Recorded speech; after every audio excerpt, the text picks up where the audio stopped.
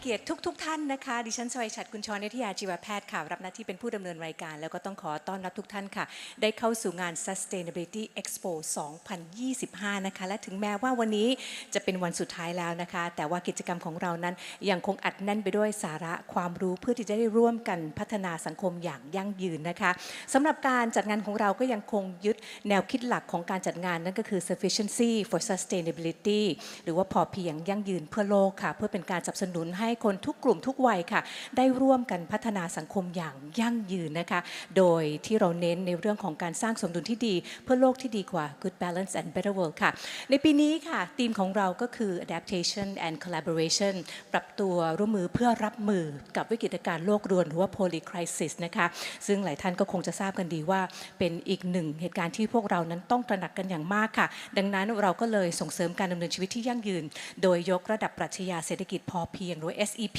ค่ะสู่เวทีโลกผ่านแนวคิด enough หรือพอเพียงพร้อมกับนำเสนอ solution หรือว่านวัตกรรมนะคะเพื่อให้ผู้คนแล้วก็สังคมนั้นสามารถที่จะปรับตัวได้อยู่ในโลกใบนี้ที่เปลี่ยนแปลงอย่างรวดเร็วนะคะ Now ladies and gentlemen our next session will feature an inspiring talk from National Geographic Storytellers Collective special in showcasing a two-part experience that bridges water, stars and storytelling. Opening with the first part, Follow the Water with a conversation with National Geographic explorers to explore what it means to follow the water.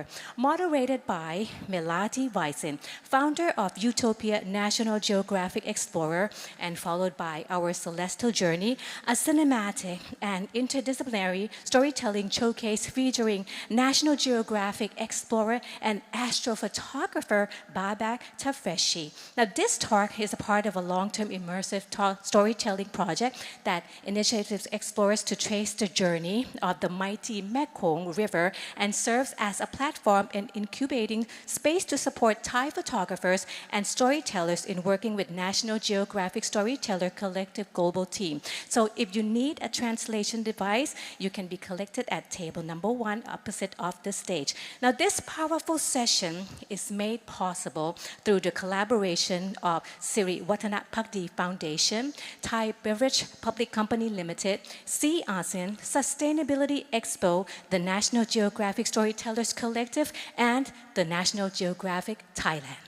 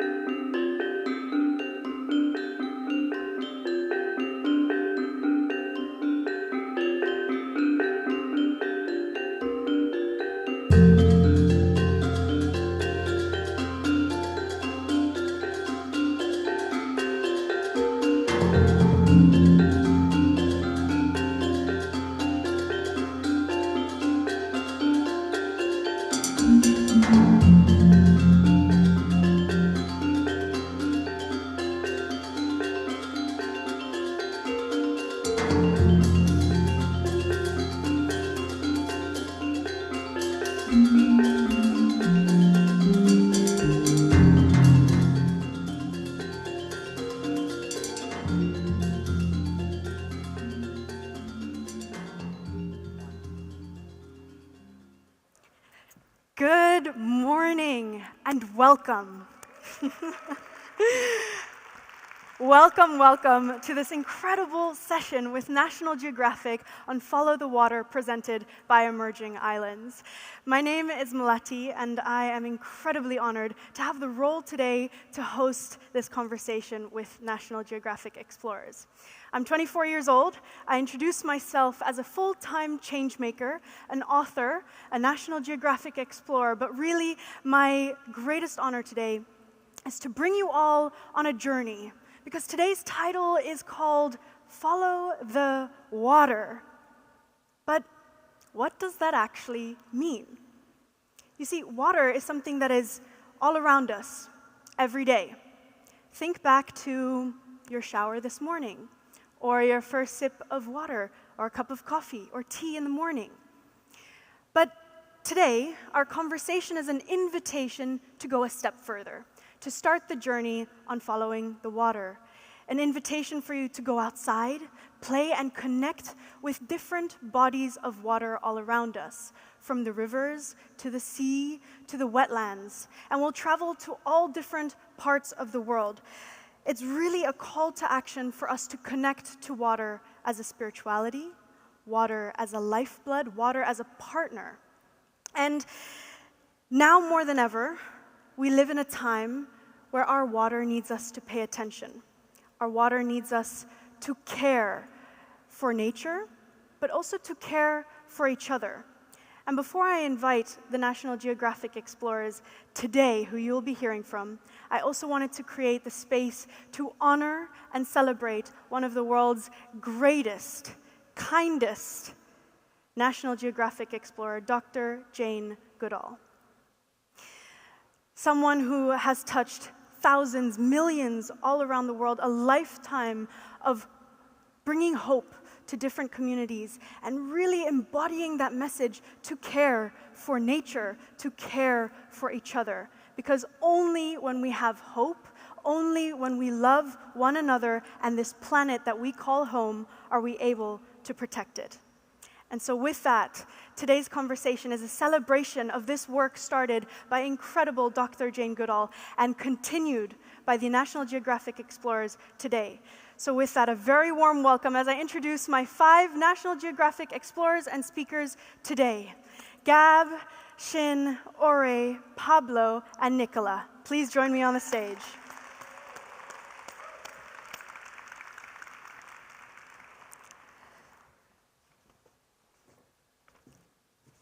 Welcome, welcome. So one of the most exciting things about this journey and this conversation is this book that I'm holding in my hands, a journal that brings all these stories together. And I wanted to start off with you, Nicola, to tell us a little bit about what this journal is all about and the stories that collects, because that's how all of us here are woven together. Hi everyone, my name is Nicola Sebastian. I'm a writer and a co-founder of Emerging Islands.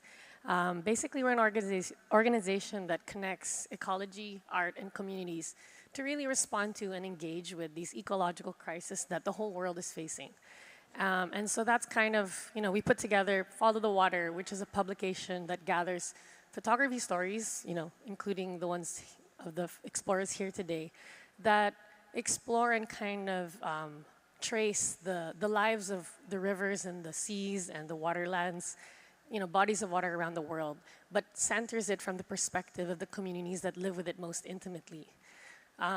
These waterways, as beautiful as they are, most of them are dying, if not already dead.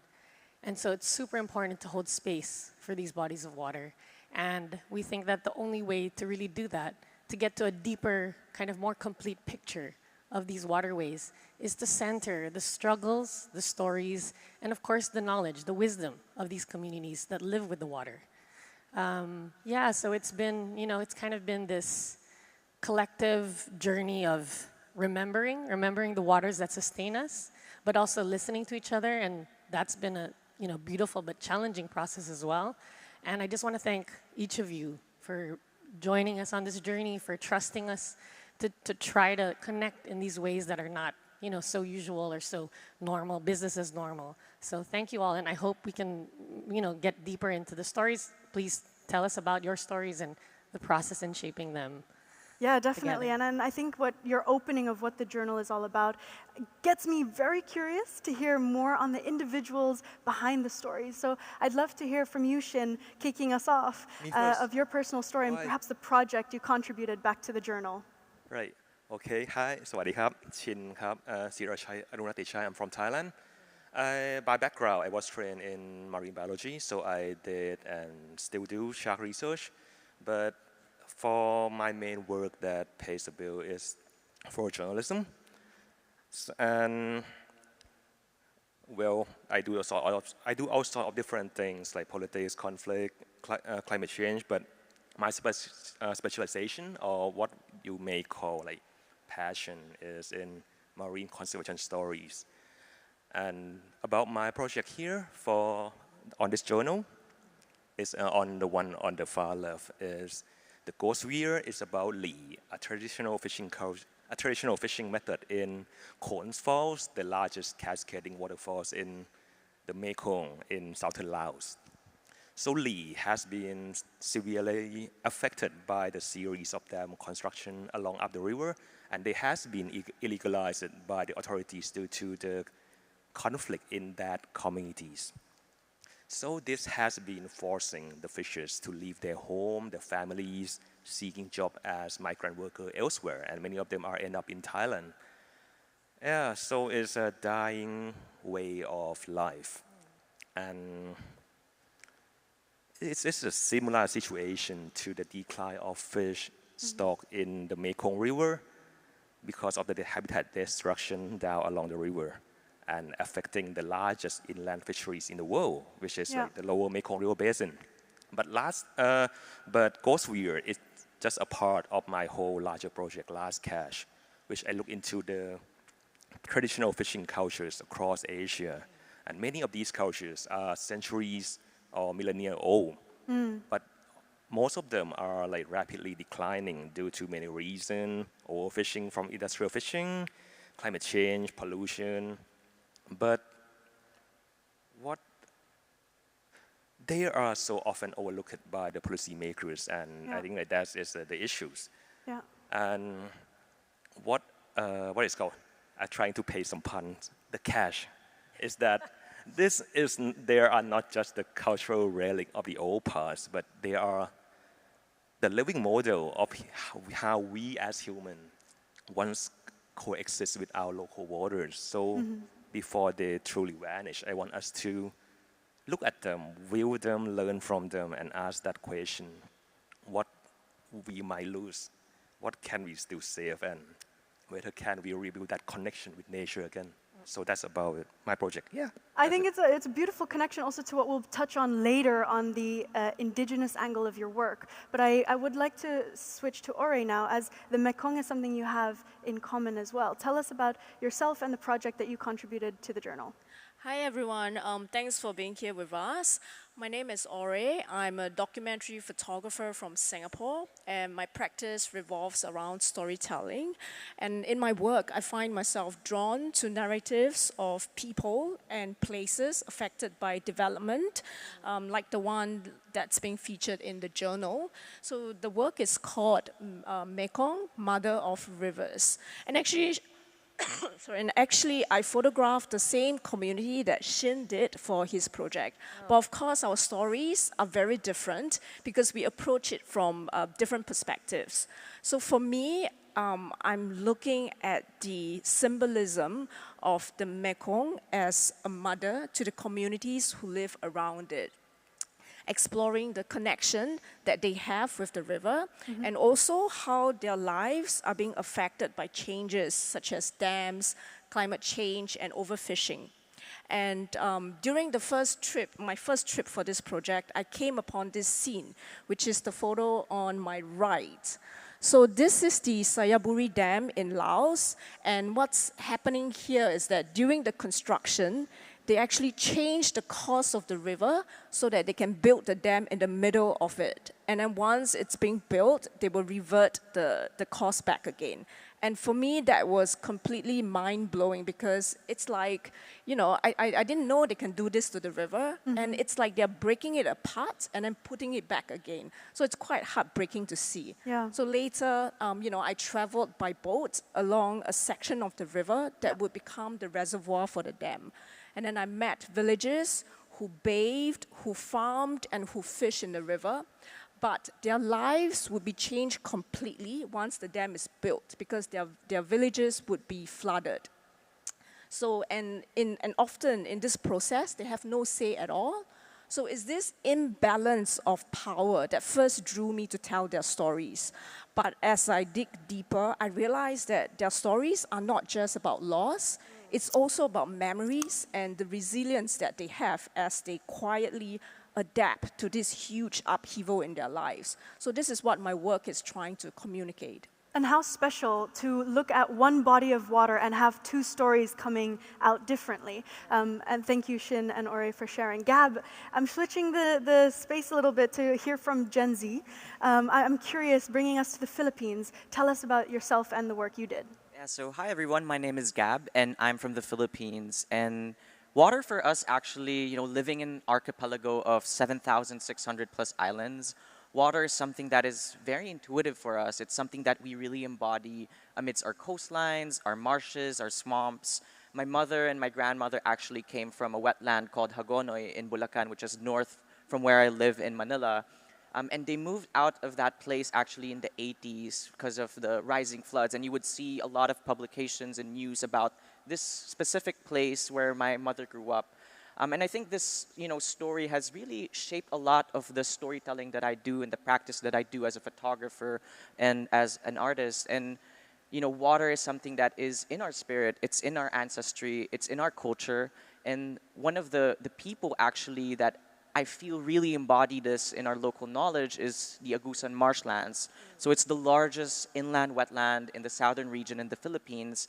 And a tribe called the Agusanon Manobo who live and coexist with the water. And they are the guardians of the marsh who have coexisted with the wetlands, the peat swamp forests, the meandering rivers for almost a millennia.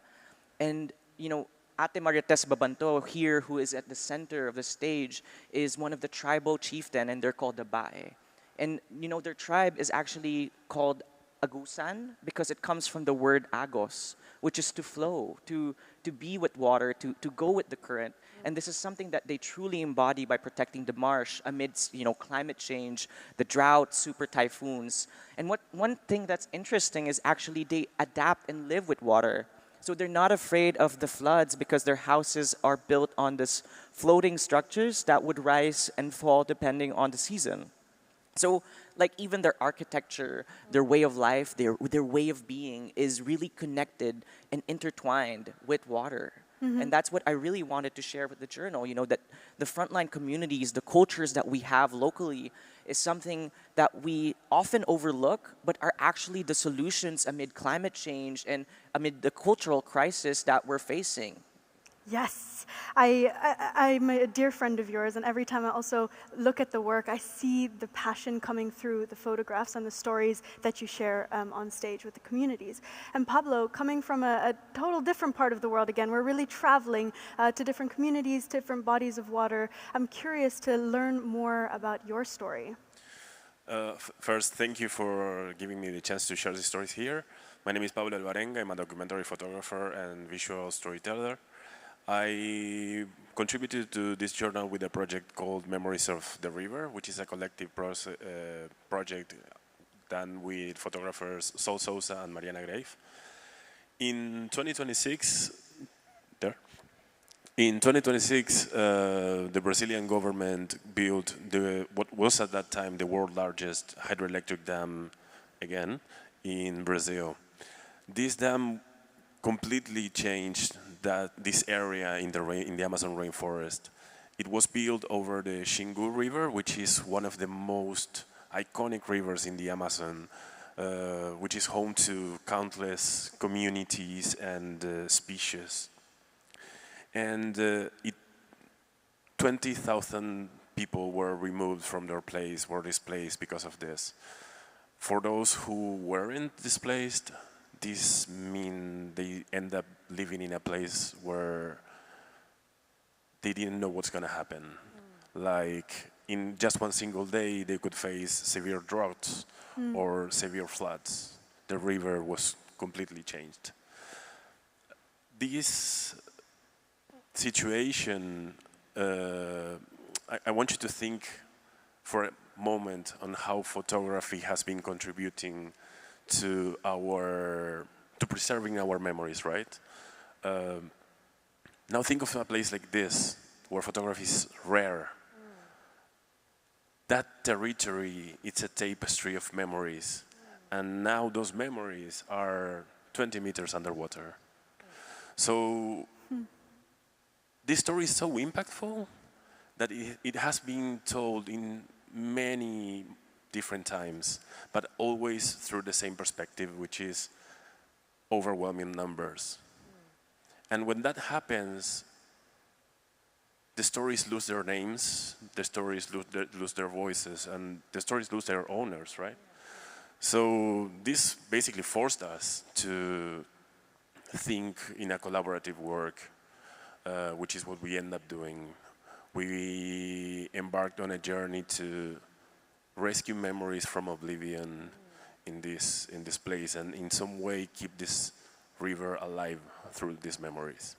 It's really fascinating, this approach that you've taken. I love the language of rescue memories. I mean, what a dream does that bring to life? But it must be a lot of responsibility and also really challenging to work with new communities, new stories, when the memories aren't yours to begin with. So what were some of those challenges and how did you navigate? I think it's challenging to speak about these kind of very personal stories with our voice, right? So we were debating on how to tackle this challenge, and we end up taking these people to the places where these memories took place. We have some very touching and very, I would say, the most beautiful interviews I've ever had were for this project, and we took these people to where these memories took place, which was actually very difficult because the landscape was completely changed, right? And there we shoot these pictures, like recreating these memories. And then we got a printer, we printed the images on site, and they could draw over the pictures, each of them, to complete those memories and make them alive again. I think it shows a really collaborative approach and putting community at the center of the stories they want to share. And I know, Gab, this is central to the work that you do, also sort of handing the camera over to the community and to the youth that you've worked with at the Agusan Marsh. Can you tell us a little bit more about what you've learned through that experience? Yeah, I think really echoing Pablo's sentiments as well of really bringing the community voices really at the front lines is something that's central to the work that we're doing. And in Agusan Marsh, I mean personally, I feel like there's this danger of this one story. And living in an archipelago, you have like 110 cultures and communities and different languages. And how can you actually, define one country with one story? And it's always been sort of, depicted that way in the Philippines, that we're exhausted, we're helpless, or, exoticized. And it's something that we want to challenge, as a new generation. How can we reclaim the stories that have been passed down or have been told for centuries as well by people who may not be coming from that place? So I worked actually with other National Geographic explorers, Isa Barte and Tasha Tanhutko, to work on this Meridian project called Youth Atlas. And our belief is that stories are actually beings. Stories are continuums that comes and goes into forming bigger and bigger circles that would expand the stories. So our process was really, giving kids, the youth, the elders, cameras, artworks, and materials to create this tapestry of how they can define their own ecology, how can they define their own culture, how can they define, the future that they want for these waters, for these marshes. And it's an expanding project actually with the Youth Atlas, how we can reclaim the maps that have been drawn by, pre-colonial times, and like how we can actually, sort of decolonize the ways photography has also played a complicit role in sort of the challenges that we're facing amid disinformation or climate change. So that's really, the idea. And like, we realized throughout the project that, a lot of the children, a lot of the youth, they're so creative that a lot of the times the adults are the ones who are actually suppressing the creativity or kind of like suppressing the voice or the story of what they want to tell. So that was really sort of our goal, our collective goal and collective dream, to be able to bring the stories of the Philippines and reclaimed by the people themselves. That's so beautiful, Gab. And I feel like, your story's been with the Fall of the Water kind of space for, since the very beginning, along with Orange, and it's been so incredible to see how much how much the water can hold all of this, right? And something that I've learned from both of you, again and again, is really just how important it is for community-based storytelling to start and end and continue with listening. How it's so important to listen and to listen with an open mind, to break away from what we think we know, what we think we see even, to hear these stories. And I'll never forget the stories that both of you heard from these communities that you got to share with us about, how they see their own home. And it's not just a geographical space like you were saying, right? Like when the Datu, was seeing that there's pollution overwhelming the wetlands, he asked the water to speak to him, and when Francenete talks about her memories of the river, she's not talking about a place with lines and, this is where that is, this is where this is. She's talking about a family member that's gone or dying, right? And she speaks with heartbreak, with grief, and love. And if there's anything that should tell you that waters and bodies of water are alive, right? They're not just places, they're beings with souls and should have rights. And they're full of life and they sustain us too. So it's time, I think if we hold that in our hearts and start to understand that, really believe that water is alive and that these lakes and rivers are alive, we can actually start to turn back and fight against, the things that are destroying not just the planet, but ourselves, right? And I think, that starts with making space for these stories and new ways of knowing. And Shin, I remember, you spend a lot of time with fisherfolk in different communities around Southeast Asia, and I feel like that process kind of also shifted your perspective as a scientist, right? So maybe you can tell us a bit about, these local indigenous perspectives of water and what you think scientists, serious conservationists, these big institutions with formal titles and stuff could learn from these communities living day by day with water. Yes, so maybe I just need to talk about, just before I work on my own project. My work mostly involved chasing dead animals, jumping on industrial fishing boat, or tracking the trade of illegal trade of endangered species. So let's say that I didn't really have much hope for the state of the fisheries here, or let's say the global fisheries, until one day that I got to live with the Urak Lawoi tribe in southern Thailand. Yeah, they are a compressor diver and use fish trap that they deploy deep underwater. So, and they know their fish so well. They just get only mostly what they want. They just release whatever they don't need, and there are minimal damage to the seafloor. And the best part is their fish tastes amazing. It's so high quality, so skillfully done. And so when I look into that, I think it's selective fisheries, minimal footprint, minimal bycatch. Yeah, that's how we should move forward in the future toward how we should do fisheries.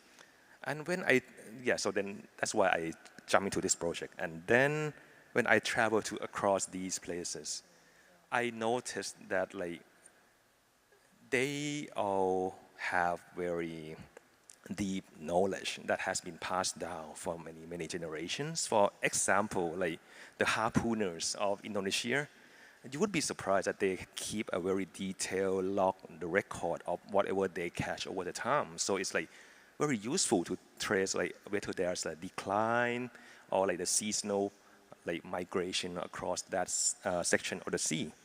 Or the otter fishers in Bangladesh, they are the true expert at breeding endangered otters, and they are now attracting interest from scientists for the potential for captive breeding program. Yeah, so these fishers, they know their stuff and their knowledge has value. But as I have previously mentioned, they are often overlooked. And when is the time that we shift our perspective to view them as partners to do conservation in the future? Yeah, and maybe some good example of that is how in South Korea, the government, the private sectors have been invest so much to showcase their cultural heritage, the Haenyeo. Yeah, and they have been doing pretty well, and it's a good example. No, that's so important to say that, I think when we think of the waters and the oceans being depleted, it's easy to blame the fisherfolk who are depending on it for their livelihood and engaging in practices that, without understanding how they work, look, violent, look, destructive. But actually, it's built on this kind of relationship with the water that allows for a balance that we don't have or don't understand because we're so disconnected from it. And actually, it's not that hard to start connecting to it once you start paying attention and listening to the people who know it best. And I think what you were saying with South Korea, it's so important also when we start to value these different, knowledges, these different perspectives, it actually creates value to them and helps them, kind of continue their way of life and then also rebalance the society that's become disconnected from them, So that connection, I think, is super important. And, speaking of connection and relationship, Ore, I know that you talked about Mekong and your project, shaping your project around the question that, if the Mekong is a mother to all these communities, what happens when the mother can no longer provide? I just heard my baby cry, and it's been something we've been talking and connecting on is just being mothers and trying to kind of hold everything, right? As difficult as it is. And, thank you so much for having that energy to encourage me as a new mom. And the idea of not providing for your child or your children and not being able to hold it, I can feel that in my nervous system. I can feel that in my gut, in my brain. It's that is such a scary thing that we should all be scared of. So what, with the communities that you've worked with and, immersed yourself with as you traveled along the Mekong, how did they deepen your understanding of the Mekong as a mother? So working with these different communities made me realize that the idea of Mekong as a mother, is not just, it's more than symbolic. So because for them it's lived, because the Mekong, she feeds, she protects, and she sustains her children. And to them, she's more than a resource, she's kin, she's ancestor, and she's spirit, as, what Gab mentioned earlier. So seeing this perspective, seeing this connection from their perspective, I feel that it shifts the sense of responsibility because we are not just using the river, we're actually in a relationship with her. And also this work became deeply personal for me because in the middle of working on it, I became a mother. So I know, I'm sure as you know full well that being mothers, we often just provide for and just give to our children unconditionally, and often at the expense of our own well-being and health, right? So it made me reflect that this is exactly what the Mekong is doing as well. It keeps on giving, even though it's being depleted. So I hope that my work will make people realize that there is a limit to a mother's love and that we should protect her before it's too late. Amen. I feel an immense sense of gratitude also just to have access to these stories because that's what shifts the perspective of us of not having hope, right? Of looking at a challenge or a problem or a lot of the hardships that we see in the world and then having access to real lived experiences and the shift of perspectives. I feel really grateful and I hope that you do as well. But Nicola, we've been together for the last couple of days hearing a little bit more the behind the scenes of all of the stories in the journal, and that's been incredible, but you've been behind this entire process of curating all these stories to be the journal that it is today. So what has that experience, working with the photographers, listening to all these different beautiful stories, how has that shaped the way you look at water?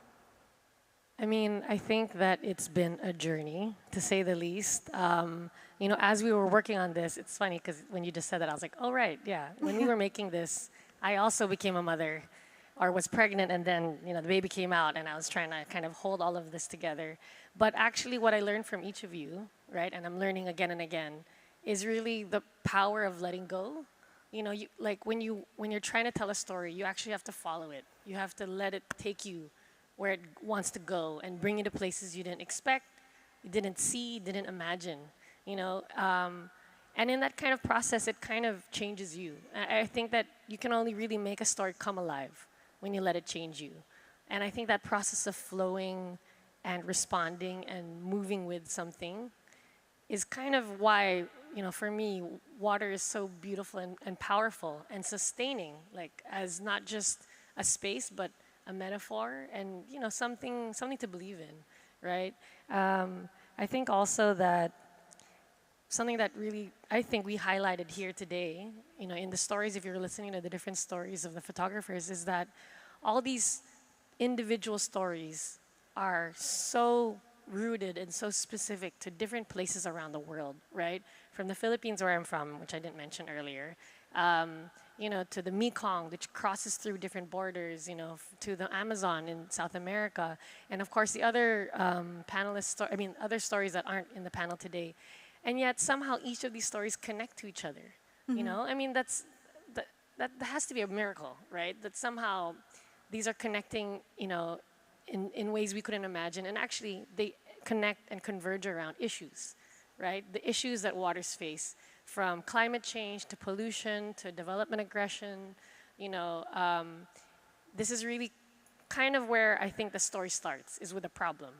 And it's also important to remember that that's where often environmental movements have began, at the edge of water, right? To protect a watershed, like Standing Rock, or to protect a wetland like Agusan Marsh, or remember that the Amazon is, sustaining a whole region, right? And so I think as much it can begin movements, but it also kind of gives us, I guess, the confidence or the courage to realize that we're not alone in this story. That's how I've been feeling every time I talk to each of you, and when I hear you guys talk with so much feeling and so much conviction about these stories, is, we're not alone, and we should have courage, because the courage adds up. Just like every drop of water shapes the earth, right? Or is sustaining the whole earth. Yeah, it's something that I've definitely felt over the last few days and here on stage, this collective collaboration to bring impact storytelling to the world. And there will be a moment where we invite you as the audience to ask questions, and that segment is coming up. So if you have a question, there will be 2 microphones on the left and the right of the stage where we invite you to ask our panelists questions. But I wanted to also ask all of you, we're on a journey at the moment of following the water, so where is the water taking you next? And maybe we can start with you, Ore. Yep. Oh, it's always been my dream to follow the entire Mekong River, starting from the source in Tibet till the delta in Vietnam, where the river joins the sea. Because the river, it connects 6 different countries, many communities, and also generations of stories. So I would love to trace that flow, and also to understand how the river binds everything together. And in terms of storytelling, I hoped to be more fluid, to be more collaborative and experimental in my approach, because the whole Mekong system is so complex. There's no single medium that can, capture the depth of it. So I hope to work across different mediums of photography, of videos, sound, and maps, to create narratives that would reflect that flow, that movement, and also the voices, the many voices around it. Wonderful. Gab, what about you? What's your dream? Where can we expect you? Well, I think, I mean, my way of life, or I think the way I think about my next project is really something that I don't control. And I think I really echo a lot of what Nicola was saying about letting these stories take you where you go. The story with the Guardians of the Marsh was something we've worked on 7 years ago, and now it's still recurring and being part of this continuum. And yeah, I always try to return and remember the words of Ate Marites of the Agusan Manobo tribe, to flow, to allow yourself to be open to changes, and maybe not always having a tunnel vision to what project next, what stories is next, but letting the stories invite you. And I think that's something that I'm excited where Youth Atlas will take us, where this Follow the Water Journal will take us, and where even the Guardians of Marsh will take us next. Beautiful, to flow. I think that's a common theme that keeps coming up and is so wonderfully connected to the theme of water. And what a wonderful invitation. But Pablo, I know you had something very beautiful to share as well from all the way in the Amazon. So please tell us what your dream is and where the water is taking you next. It's difficult to really know where water will take us, because we think we have a very clear direction, and then water makes its magic, right? And we end up in unexpected places. But if I have a wish, I wish it takes us, all of us, to a more collective place in which we see ourselves not as ourselves only, but as part of something way bigger. And I get a lot of inspiration from the stories I work with, right? When it comes to the people I work with the story, they do know that the river is not going to be the same, that the river is not going to come back. But even though they know and they are clear about that, they are still fighting and they are still struggling and they are still sharing their stories. Not to save the river, but because their stories could also help save other rivers from the more than 300 hydroelectric power dams that are planned right now in the Amazon rainforest. And can you share a little bit more? We were talking about it yesterday, of this invitation to the audience of how we can really embody and implement being part of the water. Sorry? Yesterday you mentioned that this message and call to action for the audience to really embody the water through the message. I don't, the audio, so. I can share. It was a conversation we had yesterday where the call to action for the audience to really take home from the stories was that we are not separate from nature, we are water, right? And I think that that was a very beautiful angle to touch on. But Shin, maybe I can move to you to bring it back from somewhere far away back to Thailand. What is your next project and how do you hope to do a call to action for the audience here? I find it's very hard to follow that beautiful words from Pablo because yeah, so like my part is like, yeah, waters keep getting me to places where I need to stay busy. So, yeah, get me not in trouble yet. Yeah, so one of the thing that I'm working on right now is I'm working with the Department of Marine and Coastal Resource. We are looking into the way to develop a program for capacity building to help with the ethnic fishers in Phuket to improve the quality of their catch. It's as a way to improve their livelihood and also to promote locally sustainably caught seafood. So that's one of that. It's just a part of the whole larger move for marine protected area management, because we are trying to be more inclusive to the local communities and stakeholders. So that's one part that I'm working on. Another one that I want to do is I kind of want to expand my last catch, to expand into more countries across Asia. Yeah, because like the deeper I dive into all these stories, I am so astonished by the history, the people, the personal stories, their knowledge of like the resource, or even like the ecological insight from their folklores, though I love those stories. Yeah, so what I want to is, I kind of want to do more of this, but also involve multimedia by working with emerging storytellers from this region, or maybe some of you here in the audience, I can't see anything. Yeah, and maybe like this could be something that I could build a community of storytellers here, or make new friends. Yeah, maybe one of you may want to be an explorer some days later. I don't know. Well, look at that. What an invitation for the audience. Do we have any explorers in the room and storytellers? I think definitely a seed has been planted or a flow has started. Perhaps better language to fit the theme of the day. But Nicola, as we perhaps put some light on for the audience to invite the questions on the left and the right side, if you do have a question, please make your way to the microphones. But Nicola, we also have a way that the audience can connect with the journal. Can you tell us how is that possible and what should they do? Right. So, Follow the Water isn't just a shared space that we're making together in community with one another.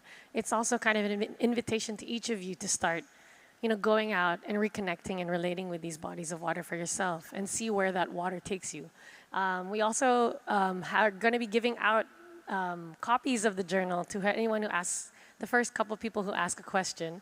But also, of course, don't fret.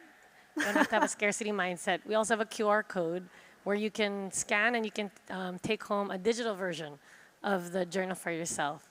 So yeah, for me, my hope is just that this shared space of dreaming keeps growing, with each other and, with people we don't expect, new people, because that's the only way we're really going to reshape and make a better world. So let's open up for questions. Definitely. I mean, I am holding the journal in my hands, and I can tell you from flipping through all of these stories, it brings me closer to all the communities at the front line. And I think while we wait for more audience questions, my question to you, perhaps open to the floor, is what surprised you the most when working with these communities and stories of water?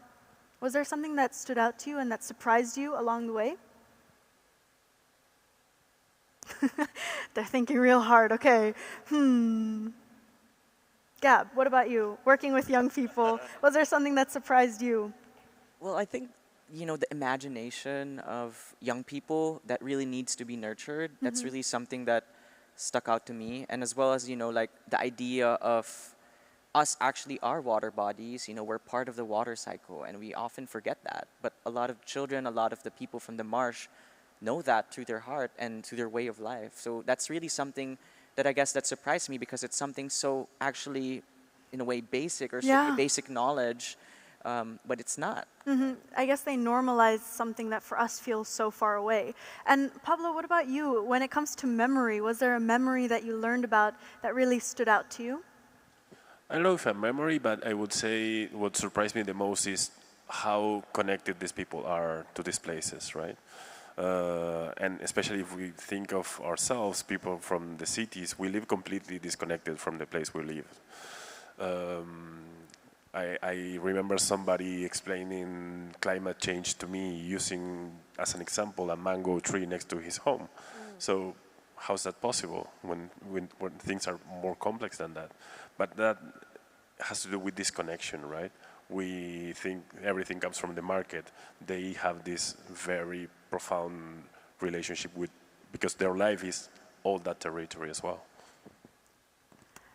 I'm just checking with any audience questions, but I think what the audience probably is also feeling is this groundedness in all these different parts of the world, different bodies of water. We've had 5 incredible National Geographic explorers sharing their perspective on relationship to water, how the partnership needs to be at the center of all of the decisions, rooted in indigenous leadership or on youth leadership. So I really would like to say thank you for all the lessons and the stories that you shared with us. And please join me in giving a warm round of, I see a wave in the audience. A brave soul. Welcome. Yes, a round of applause, because it's never easy to ask the first question. Yes. Thank you. My And just on question time. is Yes. about more water. We love it. Ask away. We have climate change occurring, and in the next few years, we'll have more water coming.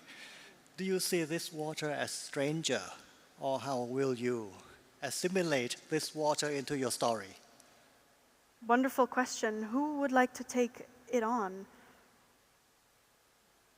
I know, Gab, you touched a little bit on the fact that the communities live so in harmony with water and they're not afraid of water.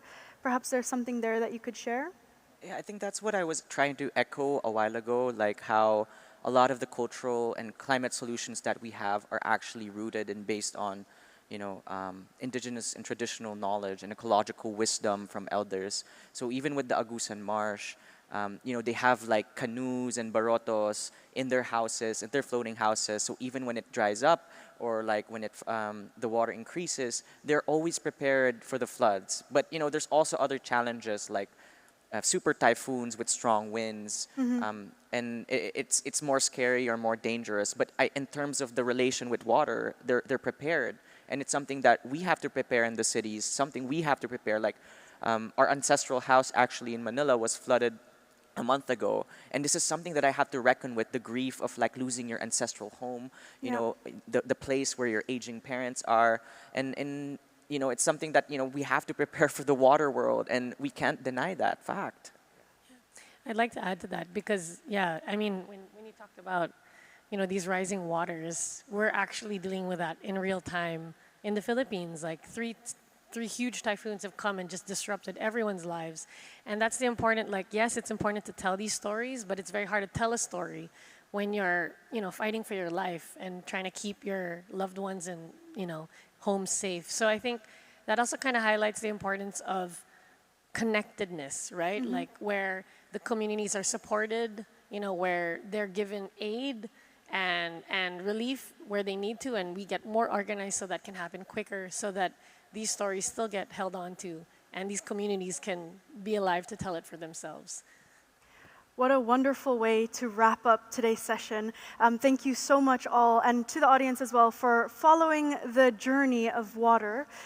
I'm cautious of time, so I'm looking at a queue of having one more question. Okay, wonderful. Yes, please, sir, go ahead. Okay, thank you very much.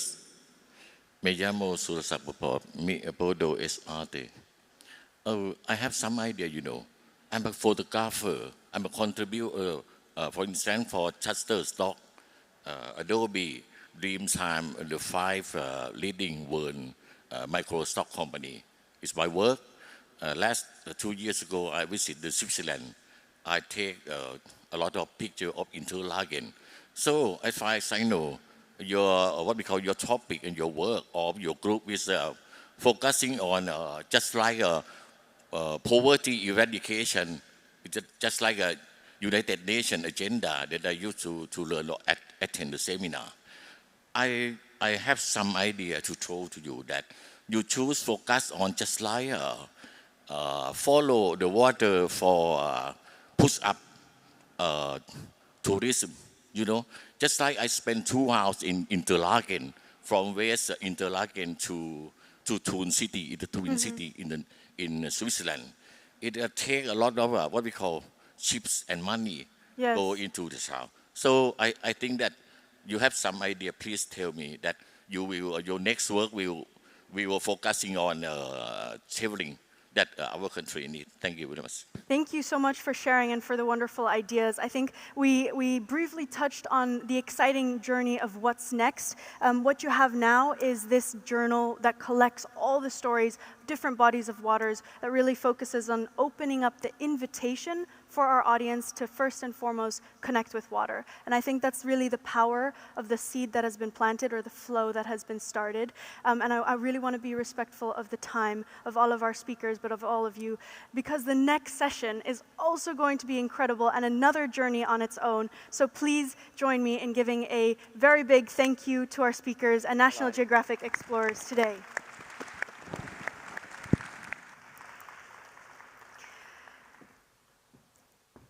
Five incredible stories from 5 incredible National Geographic explorers gives me a lot of hope as a young change maker in today's very turbulent times where so much change is happening, and also the feeling that not enough change is happening.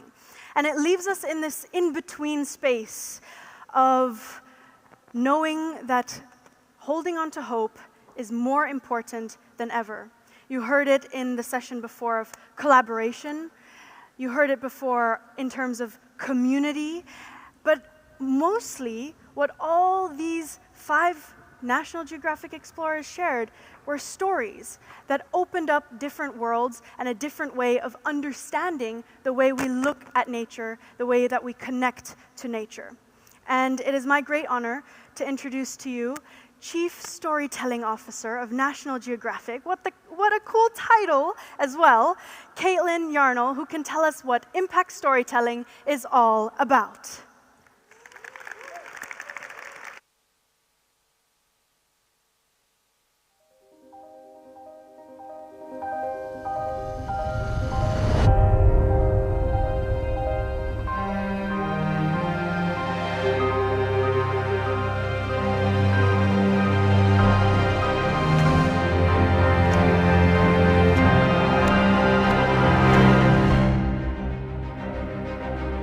The fascinating thing is that so many of the gestures used by the chimps are the same as ours. It's really important for people to understand their origins and where we came from and why we came to be what we are. If we don't do something now, if we don't do it today, we can forget about it.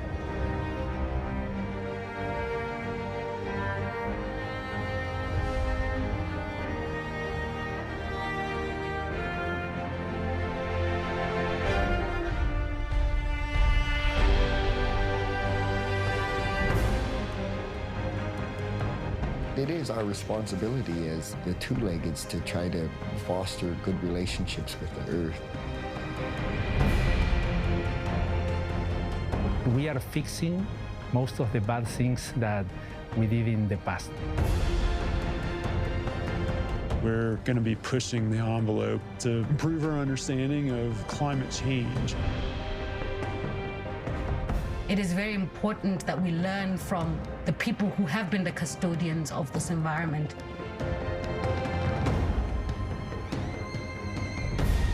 Women in our society face limitations in education. My goal is to change that.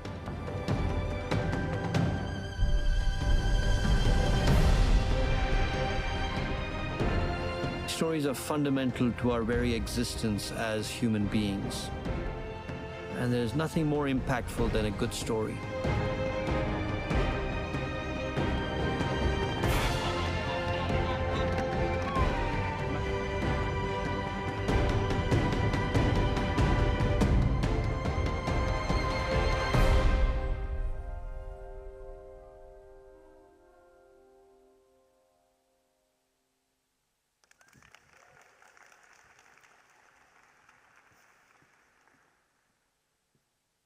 Good morning. Thank you all for being here and for having me. And what an incredible panel of explorers that we had here today. And I think you can all see why I love my job. We get to empower and fund and work with the best storytellers in the world to make impact. So why storytelling? I love this quote from Joseph Campbell, and I think it resonates today as well as when he said it, that people don't remember facts, but they always will remember a good story. And you heard some of those stories this morning, and I don't have much time because I really think we're saving the best for last this morning with the explorer who's coming after me. But people remember stories. They do. And why is that?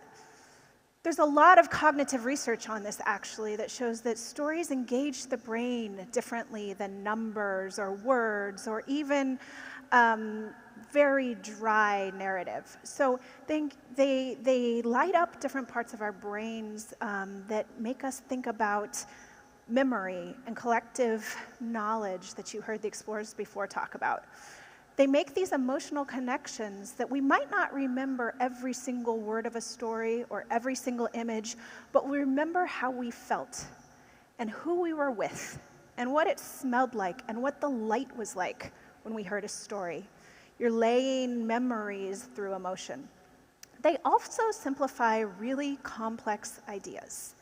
So things that are hard to understand, the numbers are too big, the time scale is too great, perhaps it's too small. Stories allow us to understand and to create memories and to connect emotionally. And at National Geographic, we often say that science is our foundation, but storytelling is our superpower. It's literally what built the house we live in since 1888. We've been telling stories, and they're what persist, they're what resonate, and they're what allow us to actually make impact. So right now, I'm going to show you a clip from an incredible project that we have. And I could talk to you all about the science of it, but I'm not going to, because I think this little story that you'll see will do more. Oops. Can we have the video, please?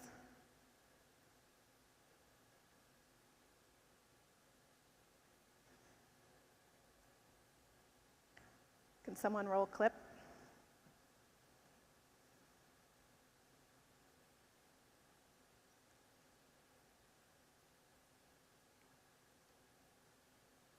Okay, we're going to move on. So, what do stories do? Why are they powerful? We think that stories and illumination in and of themselves are really incredible. I'm never going to say that we shouldn't, tell a story or focus on a narrative for narrative's sake. But we believe that the best stories and the best storytelling actually moves people to action. And our mission is to illuminate and protect the wonder of the world.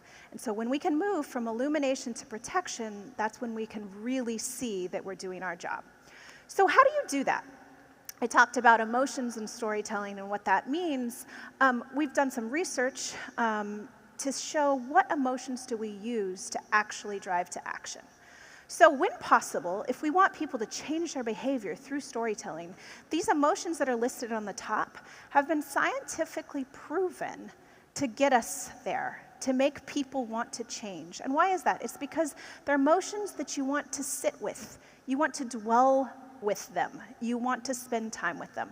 So awe, I wish I'd showed you the video before that and before this, because it's all about awe, right? And you want to sit in awesome moments. Pride, you feel good when you hear a story or see a story that makes you feel proud.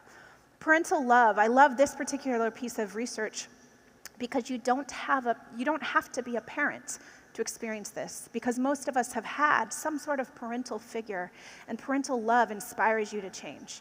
And hope. People want to feel hopeful, they want to feel good. Other emotions that we do use in storytelling that are important, but they really spike that fight or flight within you, are sadness, anger, and fear. So they're interesting within a narrative arc to sprinkle a little of that in. But I would say that if you want to move people to have action and to move differently, to really focus on those emotions up top.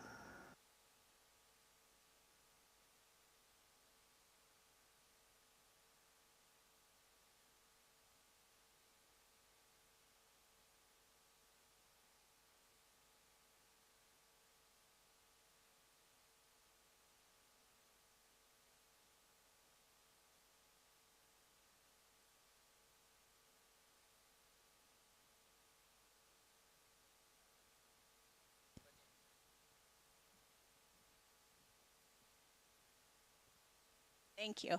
Okay. So I'm going to tell you one more story. We don't have a video, so I know it's going to work. Of really a case study of how using these emotions led to action. I know that this country and many in this audience probably love tigers, right? Did you know that as of 2022, there were more tigers held in captivity in the United States than in the wild in the entire world? It's a shocking fact. And it's a fact that one of our photographers and explorers and another explorer who's a writer together teamed up to explore. So these images are by Steve Winter. And the reporting was done with his partner, Sharon Geinup. And so Steve wanted to really explore and illuminate the plight of captive tigers in the United States and show that these magnificent animals that people were paying a lot of money for to go interact with were not being held in humane conditions, they were being trafficked, and they were not living healthy, safe lives. So how did Steve do that? He could have just hit hard with the numbers and all the things that were wrong with keeping tigers in captivity, but instead he leaned into those emotions I was talking in the past by showing them as beautiful creatures. So you had images like this. They also evoked this sense of wonder and what was going on, and there was even some humor. But through that, he was able to expose that these tigers were not living their best lives. So what happened? And this is a perfect example, I think, of storytelling leading to action. In 2022, the United States Congress passed a law called the Big Cat Safety Act.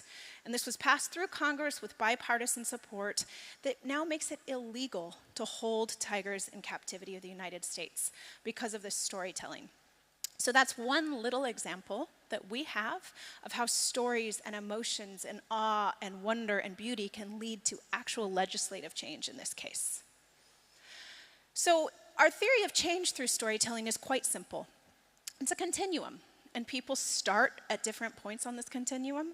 People go from being unaware to being a little more engaged, to supporting a cause, to ultimately wanting to change. And impact storytelling really seeks to move people along this continuum. So you can think with that tiger story, how some people were aware, not many.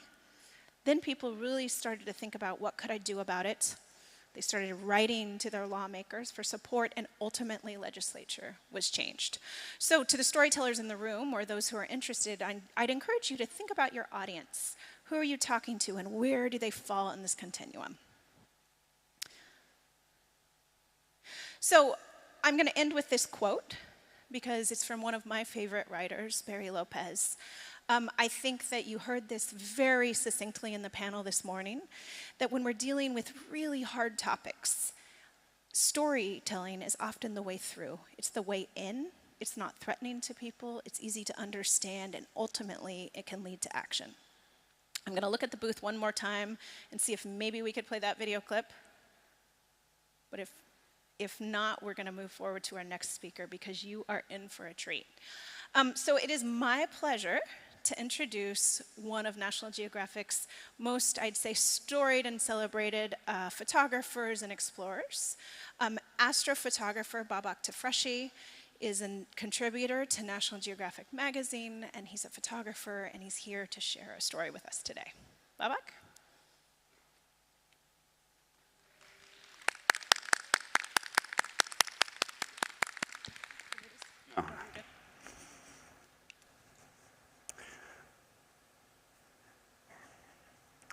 Thank you, Kaitlin, and hello, Bangkok. It's a pleasure to be here for the first time, in fact, in Thailand, to spend a few days exploring a couple of places. But let me take you around the world at night. Now I'm standing on top of Meteora, Greece, home to these bizarre limestones and home to some unusual monasteries on top, waiting for stars to come out. What is there at night that fascinates me so much? What is there at dark that is so attractive? It's the connection to the earth and the sky at the same time. And my work in the past 3 decades has been focused in these night environments to both cover life at night, stars at night, places at nighttime, and I feel peace, comfort, connection, purity at nighttime, and that's what takes me back to these places, explore the darkness. It starts at sunset. It's not really about astronomy the whole time. Sometimes it's more about atmospheric phenomena. Right now, you're looking at the distorted image of the sun as it's shrinking onto the horizon and disappearing. Soon after sunset, you start to see phenomena such as the Earth's shadow. Now we are in Grand Canyon, on the border of Utah and Arizona. As we are moving up, you start to see a blue band on the eastern horizon as the sun is setting on the west. And it's creating this shadow of our own planet on its atmosphere. The Earth's shadow, also so-called the belt of Venus, is visible on every single night, right after sunset, and also before sunrise. So every 24 hours, you have twice the opportunity to see it, but it's not always this clear, because you need transparent sky, open horizon, which is not really accessible in urban areas. So pure natural location, especially high altitude like this, is the best place to see it. This is in Tenerife, Canary Islands. You're looking at El Teide volcano. As well in Canary Islands, now you're looking at another phenomenon known as corpuscular rays. It's on the left side now, and these rays are formed by obstacles on the horizon. This was a very unique moment in Kilimanjaro area, border of Kenya, Tanzania, where the rays were connected horizon to horizon. I never saw that again in my career, just one night. And on two sides, they happened, called anti-crepuscular, like this one in Rio, as birds are flying from the nearby island back to the inland in the morning, as the full moon is setting. It was a moment just before sunrise. The full moon is going down, and frigate birds are coming in.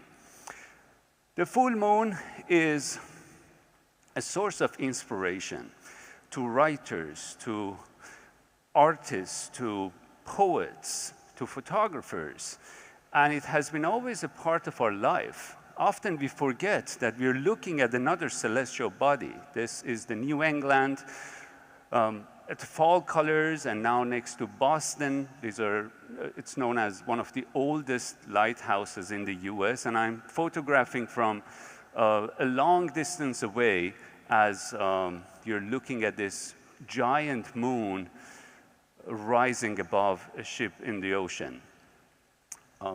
Look at the distortion caused by our own atmosphere as it's coming up, And it's changing the light of the moon from the red to brighter orange and changing the shape of it as well. Crescent moon and new moon is even more interesting because it has a phenomena that you will see in a moment. Right now it's very bright, but as it gets darker, above Mount Whitney in California, the highest mountain in the mainland US, you see the earth shine. That's the glow coming from our own planet, reflecting from the dark side of the moon. Now we are in Moscow, Red Square.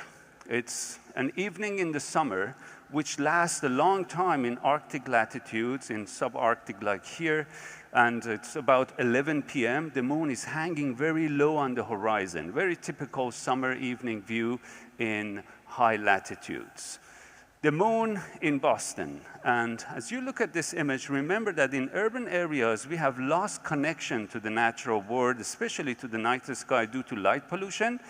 But there are so few elements of the universe which are visible. Moon and few brighter stars and planets especially. Time to time, they come together and make more interesting phenomena for an urban stargazer to see.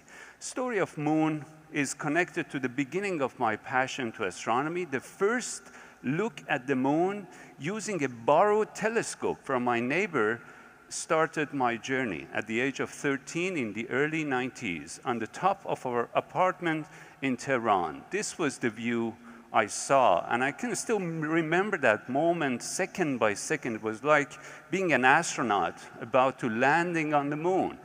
And it's so much details visible with such a small telescope, it's quite striking. And I guess this can affect any teenager nowadays around the world, just a simple look at the moon. Deeper in twilight, we have another phenomena time to time, and it's a great or a bright comet. This was the comet of 2020. We had another bright one in 24, and nobody knows when is the next one coming. We have a potential bright comet right now. It's named Lemon, and on October 21st, it's going to make the closest approach to the Earth. So check on the news. You might manage to see this comet naked eye. It's right now more telescopic for telephoto lenses, but it could get brighter in the next few nights. Comets could be majestic, but they're rare. More common celestial phenomena are conjunctions between two planets. Like this is an image from Boston with Venus and Jupiter, the two brightest planets in the Earth sky, coming together. A close-up telephoto shows you why one of them is Jupiter. Any guess? There are the satellites of Jupiter. The moons of Jupiter are visible around it. If you look up, there are 3 of them visible. These are the Galilean moons. More celestial conjunction examples. The next conjunction you're about to see is on October 19 and 20. You can see it from here too. In the morning sky, just before sunrise, wake up to see Venus and the crescent moon over the east in the morning sky, October 19 and 20. Also remember October 7th, which is Tuesday, with the full moon. Conjunctions is the next chapter of this talk, which I'd like to take you to Guatemala. And it's a country where I started a project about music, and it's the first time I'm going to present it in a talk, in fact, combined with my imagery made for this venue. It's called Celestial Orchestra, and it's a collaboration with Prague Metropolitan Orchestra, inspired by these imagery.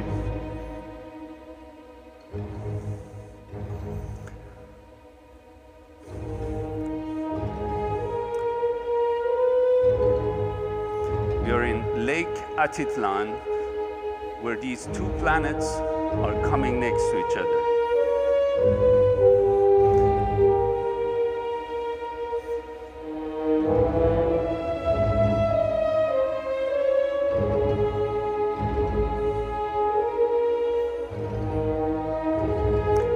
Just above the planets, it's a nebula, known as Lagoon Nebula.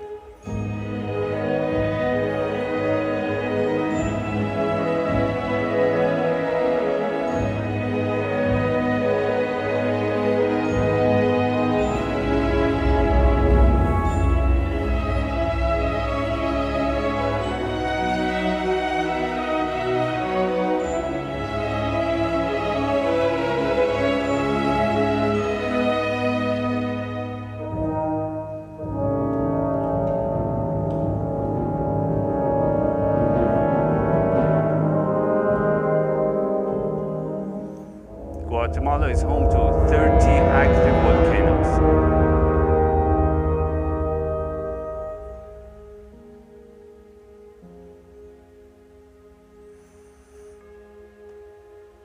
Pacaya is one of the most active, and Fuego is the other one.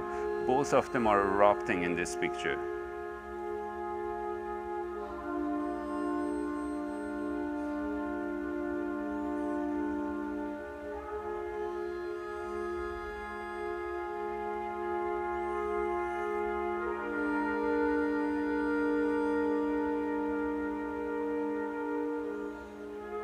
A long exposure showing the Earth rotation.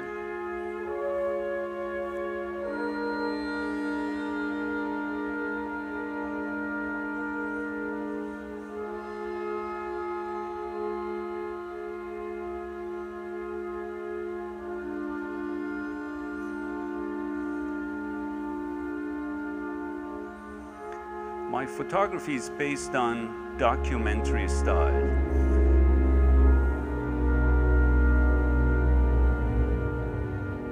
So nothing is added, nothing is removed.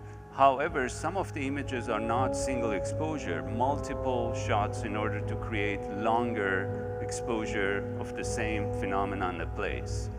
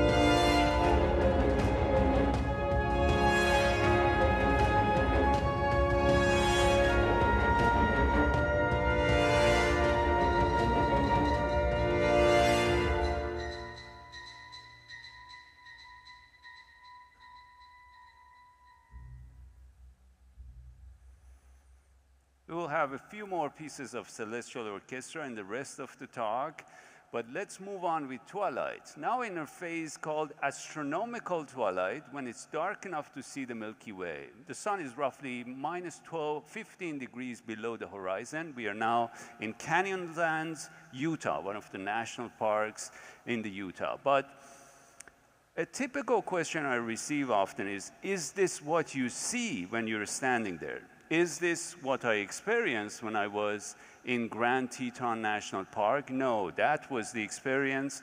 Very different, you know, it's one is completely grayscale and the other one is very colorful. Our eyes, unfortunately, cannot see the color of the Milky Way or any diffuse object in low light. You can see the color when it's bright enough to activate the cone cells in the retina. Otherwise, the rods in our retina are not sensitive to color. They're very sensitive to light. You can see the Milky Way, but you cannot see the color of the Milky Way. You can see the color of some of the brighter stars. You can see color of aurora, for example.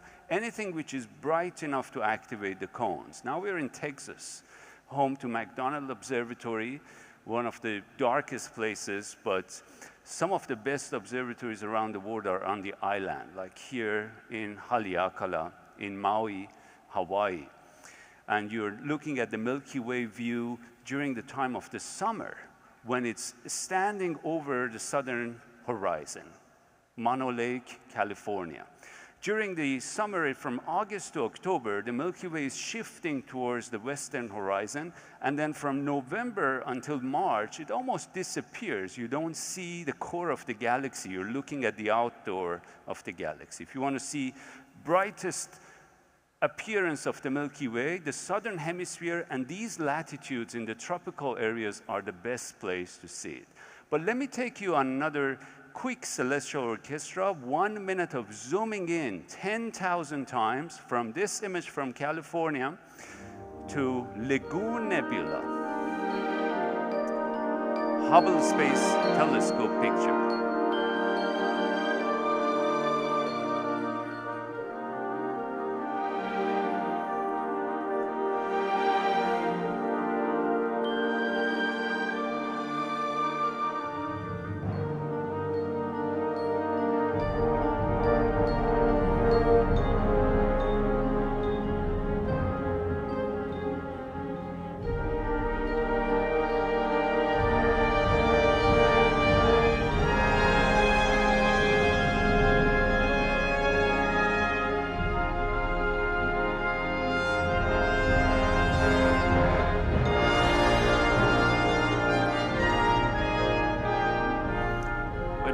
At these abstract-looking images, it's often difficult to understand how large telescopes like this are revealing the universe.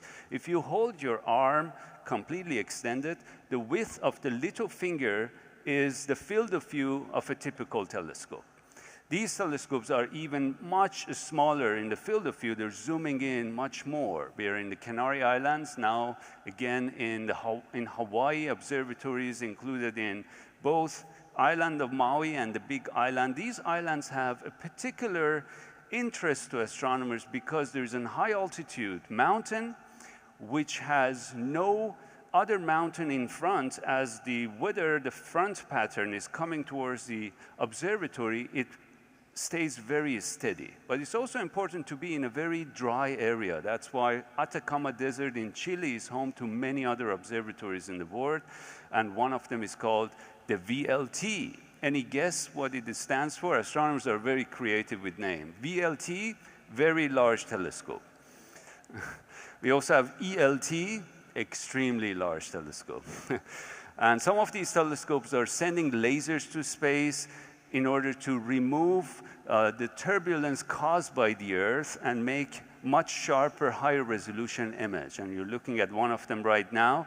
This is another observatory, an American observatory in Chile, also in the southern outskirts of Atacama Desert. It's known as Cerro Tololo, and it's a very photogenic area. Part of my job has been in the past 2 decades to document these observatories and their environment, where astronomers are discovering new things and exploring the universe. But not only in optical light. This is a group of radio telescopes known as ALMA, the world's highest located observatory at 5,500 meters.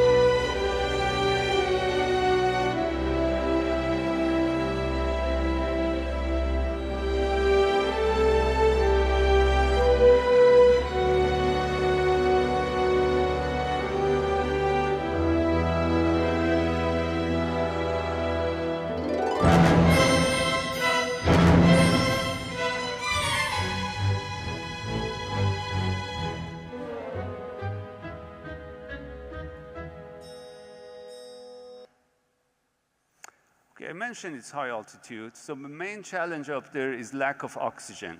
And I usually do this test. We have oxygen supplement mandatory to use. I remove it, wait for a few minutes, and you lose the ability to see stars. It becomes really pitch black, like almost in a space. You put it back on, and the Milky Way and everything comes back, because you need oxygen for retina and brain to operate. So I do that the whole night. It's a way of enjoying yourself at dark when you're alone. Some images are long exposure, like this one in Madagascar, and it's showing star trails. Because of the Earth's constant rotation, stars are creating trails in long exposure images like this. And if you make a time lapse, like animated time lapse in this case, you see one part of the star trails are becoming circumpolar. These are the axis of the Earth rotation, and the other part is not. So towards the axis of the Earth rotation in the northern hemisphere, we have Polaris, the North Star. And in the southern hemisphere, it's almost empty. There is no star to show the south celestial pole. Now, in one image, I'm looking towards east, and in the other image, I'm looking towards the pole, and you see the difference of these two kinds of star trails formed, both during 1 hour of total exposure. It's actually a time lapse that is stacked and created the long exposure. Some other more wonders of the celestial targets we have. 88 constellations in the sky. Some of them are only visible in the southern hemisphere, but here in the tropical areas, you can almost see the entire night sky. But from the southern hemisphere, this view is very strange because familiar constellations like Orion are upside down. You know the figure, but you go to the southern hemisphere and you're a bit confused by how they look. We have about a dozen of meteor showers every year that they return as the Earth goes back to the same area where these particles are moving, left over from comets. Time to time, you see also a bright one called fireball. The next opportunity for you to see a meteor shower is Geminids, December 14. That's the best meteor shower of the year, in fact. And the one I have captured, this fireball in the middle, very colorful, and time to time it happens, but it's rare. Another rare phenomena is a solar eclipse. The partial ones are not really rare. You can see them every few years, even from this area in a city like Bangkok. They're quite visible, but you need to use a solar filter, either a glass or a filter like this one, which my wife is holding in this case during a 2008 solar eclipse. But how about a total solar eclipse? The main show is not the partial one, but totality, when everything disappears at the midnight sun. It's so stunning to experience, and it doesn't last long. The first total solar eclipse I saw was in '95. It only lasted for 14 seconds. In fact, the same eclipse was the last eclipse in Thailand in '95. That eclipse started in Iran, but then ends over here in Southeast Asia and crossed Thailand too. And Thailand didn't have any total solar eclipse since then. And I will show you when is the next one. During the last moments of totality, the last moment before totality, you have the diamond ring. This is the last light disappearing behind the dark side of the moon, and then the corona comes out, which is the outer layer of the sun, only visible during total eclipses. So the next eclipse is 26, and it's crossing Iceland all the way to Spain and Portugal. But if you look at the next 20 years of total solar eclipses, unfortunately, none of them is crossing Thailand. The one that you have to put on your calendar is 2070, unless you travel. So eclipses are rare to see because the path is very narrow. And if you stand alone, stand on a single spot, the next time you see an eclipse on average is 300 years. But lunar eclipses are much more common to see because half of the globe can see it. March 3rd, 2026. So only in a few months, you will see a total lunar eclipse from Thailand. It happens at dusk, March 3rd. A close-up view of how the eclipse looks like during totality with the stars around it. In fact, these are single exposure photographs. This one is very rare from 2011, where the eclipse moon was against the Milky Way. And it was like once in a century phenomena that I'm so happy to experience it at the time. Some atmospheric phenomena is interesting too, like halos around the moon. They're very typical. The moon passes behind thin clouds and creating colorful halos. It could be a small corona-like or a large halo. Sometimes even a thundercloud could be interesting to a night photographer. There is a phenomenon I'd like to share with you about lightning storms that most people never heard of. This was a night in Maui, Hawaii, at the top of Haleakala. It's 9,000 feet or 3,000 meters. And I had two cameras. The second camera captured the moment in a close-up, the same exact lightning strike. Above lightning storms, something happens that we just recently understood. Charged particles, instead of going down to the ground, are going up towards the space. And they discharge somewhere around 50, 60 kilometers above us and create a phenomenon known as red sprite. And it's best seen, in fact, in tropical areas, like here in Thailand. They're colorless to the eye, but the camera can reveal them. You need a very sensitive camera to reveal red sprites. This is red sprite from an astronaut point of view. Very stunning image by one of the NASA astronauts aboard International Space Station. Shows how far they come up almost to the edge of a space and then release these charged particles. So atmospheric science is quite an interesting field in night photography. It's not only astronomy, it could be geology, World Heritage Sites, cultures, intersection of art and people, and aurora. Many people travel to far distances to see this magical light, either to the southern hemisphere like New Zealand and southern Tasmania, or to Iceland, where I go every 6 months, in fact, to do a photo workshop. And I was just there recently. In fact, a video that you can see in the immersive room exhibit we have was made on this recent trip just a couple of weeks ago. So aurora could be faint like this, still boldly visible to the camera, or could be active and it comes overhead when you're in polar latitude and create a crown phenomena. This is the beginning of the crown formation. Aurora dance very fast, gets higher, and it's about to really explode in lights and rays, and it's like almost like boiling every second. Then it becomes bright enough to illuminate the landscape. We are on one of the glacier outlets in southeast Iceland, and everything is illuminated by aurora. I had to color balance the foreground, but otherwise the light is coming only from aurora. So some astrophotographers in Iceland, it's considered light pollution because it's so bright often that you can't see anything else in the sky. Do you see all these colors? Some of them, yes, but not as vivid as it is to the camera. But you can start to see the green and purple when it's in a storm level like this. And when it's stormy, it comes to lower latitudes. You can see it from places far from the polar regions. Once happened, for example, this one was in May 2024, and it's 1 hour drive from my home in Boston area. This is latitude 42 degrees, far from the polar latitudes, and it happened there.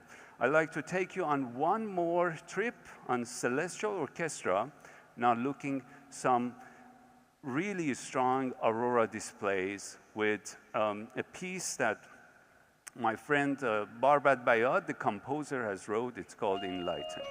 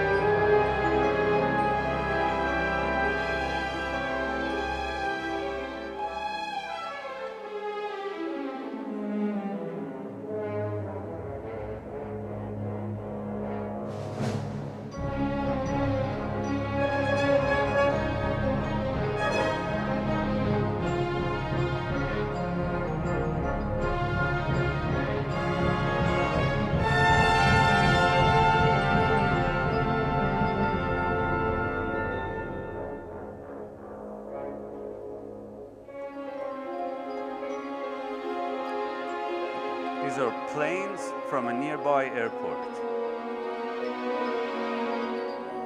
Almost looks like a Star Wars.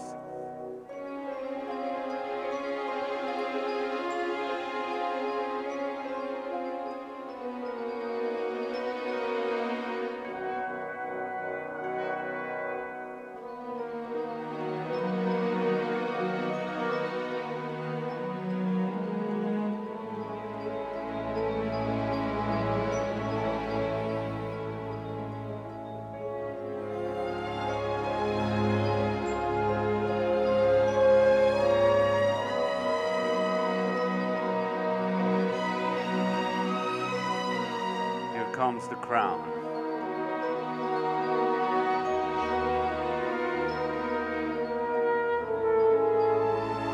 This is real time speed.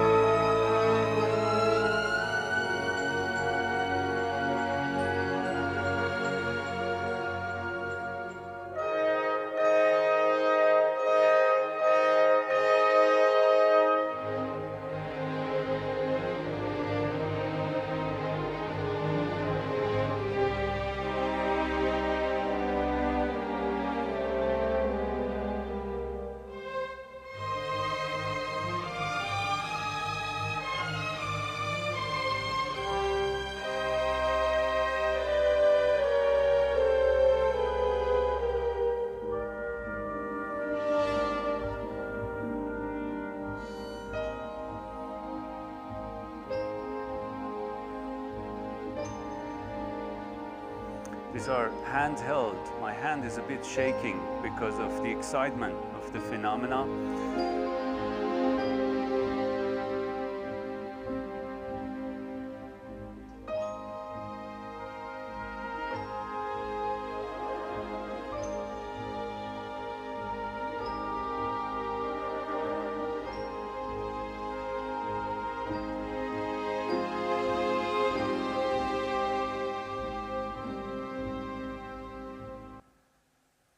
Some of the favorite places I have traveled are not in the Arctic latitudes. People often ask me, what was the darkest sky you have ever seen? And definitely it's one of them was deep in the Sahara, in southern Algeria, Tassili National Park. I can still remember that night. I was looking around all the horizon and there was no sign of humanity, in fact. No sky glow from any city, any village, nothing other than pure nature. It was almost feels like you're standing on this little planet, the galaxy was rising and you were just moving across the universe. Tassili is on the border of Niger and it's about 300 kilometers away from the first village. Similar landscape, now we are back in the US, in the national park of Great Sand Dunes in Colorado. Very unusual national park. In the middle of the Rocky Mountains, you find these huge dunes, sand dunes, and then at night it becomes really a stargazing paradise because of lack of light pollution. We are now in Death Valley National Park in California, also a place known as a darkest sky designated site, where astrophotographers and nature enthusiasts often come from either Las Vegas or Los Angeles to enjoy the darkest skies. Now you're in Wyoming. Yellowstone, the world's first designated national park, is this place, known for the geysers and a super volcano underneath. In this case, this is the Castle Geyser. Look at that group of stars right above it in the center. This is Pleiades, the Seven Sisters star cluster. Illumination comes from the moon. It's a moonlit night. And the moon is rising now behind the Old Faithful Geyser, with the hotel of the National Park Hotel on the right side. A closer look at the geyser and the full moon rising is in this semi-abstract image. So even during the full moon night, although the sky is completely washed out by the brightness of the moon, there are opportunities for a night photographer. But many of my images are taken in really dark condition, where you need a sensitive camera. This is Grand Teton. Jackson is over there. In fact, Kaitlin just came from there to here. That's where you were a couple of days ago. And now we are in Grand Canyon. home to the world's longest canyon on Earth, 400 kilometers long and quite wide and deep as well. That's Andromeda Galaxy, or neighboring galaxies, visible on the left side of the image.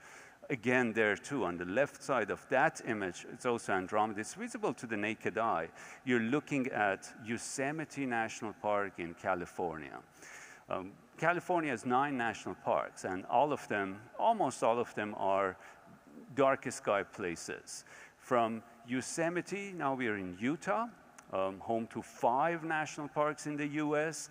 On the left is Zion in bright moonlight, and this is also Zion, but now looking at the moon rising itself with twilight shining on these red rocks.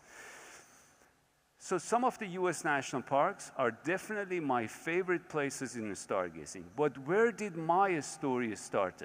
It was on the mountains of Iran. This is in central Iran, the mountains during sunrise, with inversion layer showing the desert and the mountain border very clearly. I like to go to mountains because they have cultures connected. They have this sky-reaching perspective, so the connection to the sky is very evident. This is Kilimanjaro, and we start with a moonlit night on this picture where you see both major peaks of Kilimanjaro on the border of Kenya and Tanzania, and then we will dissolve into a darker environment of the mountain as the moon disappears in midnight. On the left is zodiacal light. In the center is the Southern Cross, the smallest constellation in the entire sky, but very prominent to Southern Hemisphere cultures. It's in fact on 5 different national flags. Now you are in Nepal, in the Himalayas, with Pleiades and Taurus constellation. On your left side is Mount Everest, now coming up, illuminated by the moon.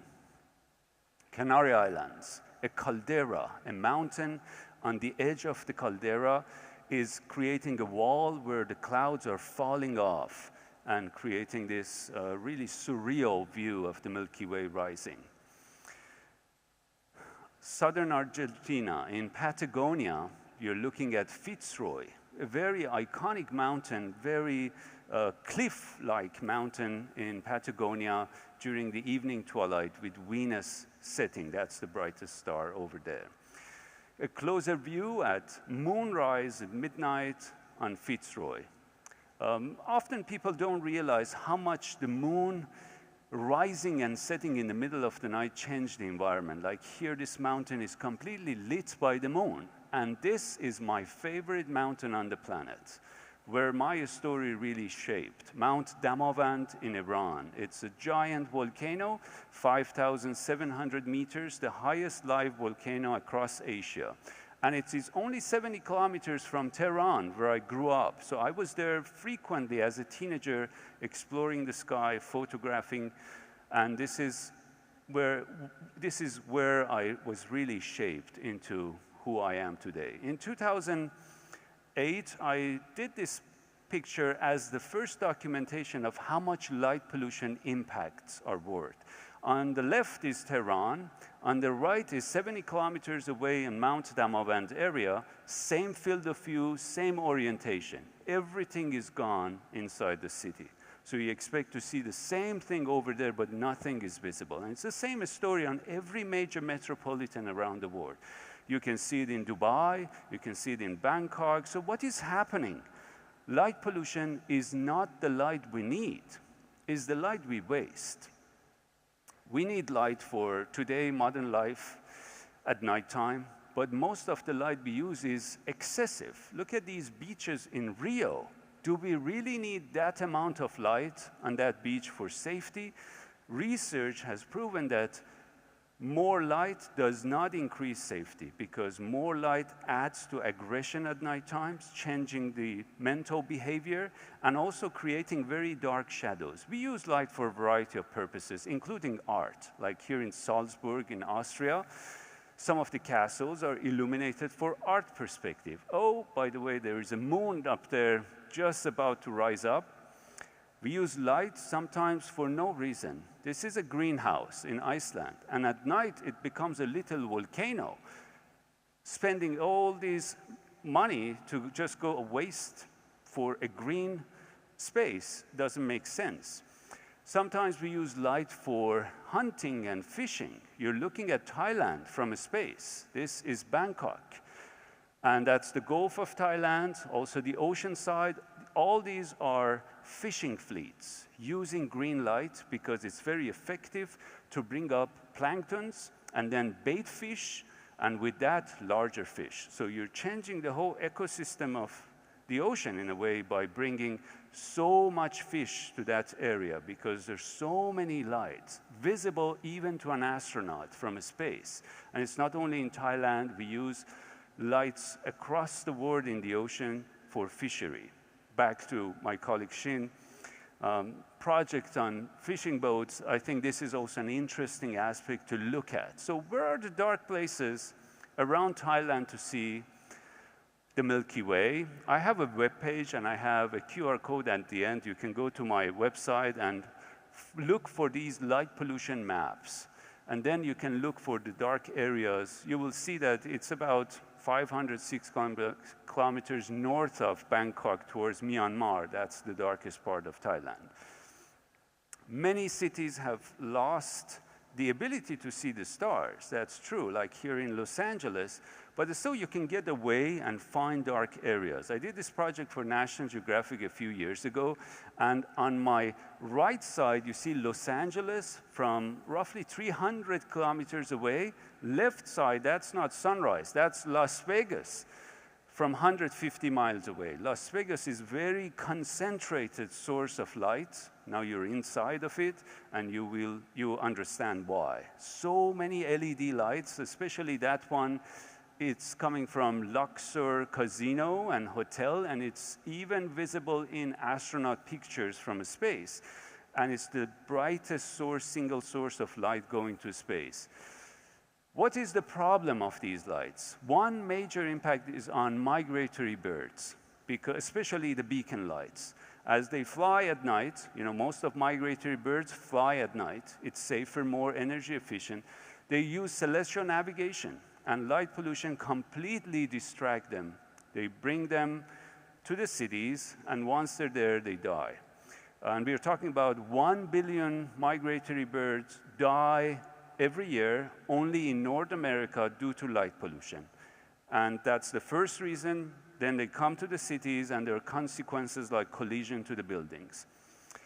But there are very easy solutions for light pollution. It can start with your own neighborhood, with your own business, with your own house by changing the light. Every single citizen can make an impact in light pollution story because it's more like a cultural shift. It's not really plastic in the ocean that takes decades for people to recover. It's not climate change that takes the whole community to respond. It's more a cultural shift. We are in Bangkok area, 70 kilometers west of here. Just a few nights ago, a group of our friends, we were traveling together to this floating market. And I was looking for a firefly sanctuary. So we got on a boat, and we started to get away from the light to find where are the fireflies. Of course, they're only in darkest area because the fireflies do not shine in the presence of bright artificial light. They stop signaling. No signal, no mating because it's for mating. And then if you find dark areas, there are still places that they are thriving like this. These are from a few nights ago. You are the first people actually to see it in a presentation. And I was quite fascinated to see so many of these fireflies next to an urban area, but in a dark environment. I have photographed fireflies in various places. They're around the world. This one is in New Hampshire, in New England area with lupin flowers. And they are most abundant in one national park in the US known as the Great Smoky in Tennessee and North Carolina. Under this really dense cloud, the forest becomes really dark and a great place for fireflies to find each other. This is now a 360 panorama on the bottom of the canopy in the Great Smoky in early June during the mating season. This is the largest colony of synchronous fireflies in the Western Hemisphere. They all shine together and then pause for 8 seconds. People come with red lights because it's recommended not to use bright white lights. It's going to affect the fireflies. But red is the least impacting. Another insect which is largely impacted by artificial light is moth. Moths, this one is photographed in a rainforest in Madagascar, and they almost become extinct in the presence of bright artificial light. And they're very important for our food chain. Speaking of moth, what eats moth is interesting too, and they are some of the fastest mammals on the planet, bats. You're looking at a cave in Texas at sunset. As the bats are coming out from Frio Cave, it's home to 20 million bats in one place. So it was really an incredible experience for me to sit under these bats for a couple of hours as they were trying to get out and understand how smart they are as a group of animals together, working together, perfectly deciding where to go every night based on weather and source of food. Back in Thailand, also a few nights ago in Wat Chai, 1 hour drive north of Thailand, we were trying to capture stars above the temple, also looking for bats above the temple, but we were surprised with another species. Up on top of one of the temples, we found an owl. And the owl was looking directly at me, wondering what this guy is doing here in the middle of the night. I think the guard was asking the same question.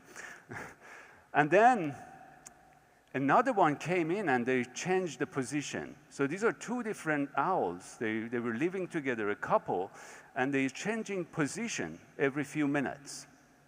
It was really an incredible moment for our small group to look at these owls taking advantage of artificial light. As we head to the last part of the presentation, I'd like to take you to Puerto Rico and a bright comet rising in the morning sky of October 24 and the last piece of Celestial Orchestra.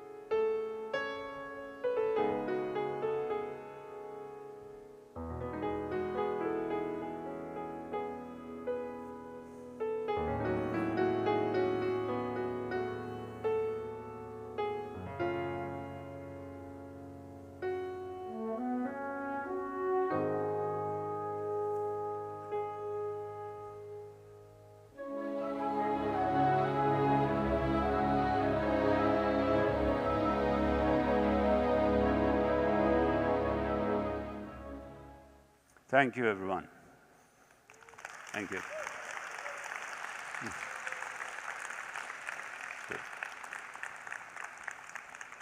Thank you, Babak. Thank you.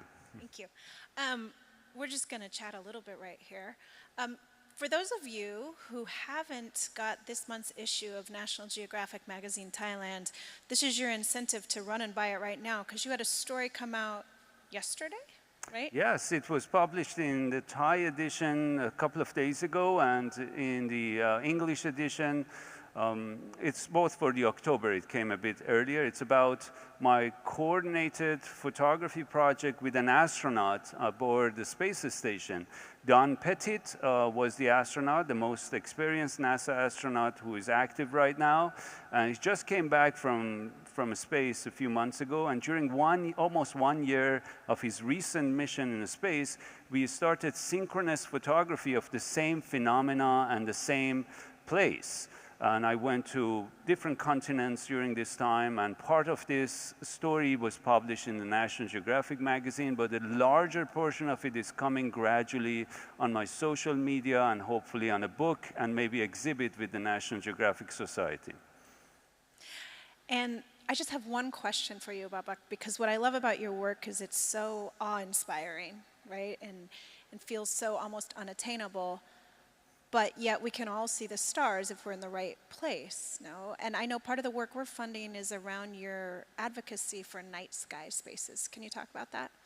Sure. I think, there are a couple of perspectives. One is we're losing the night, and that's for sure, because our civilization is growing activity at nighttime.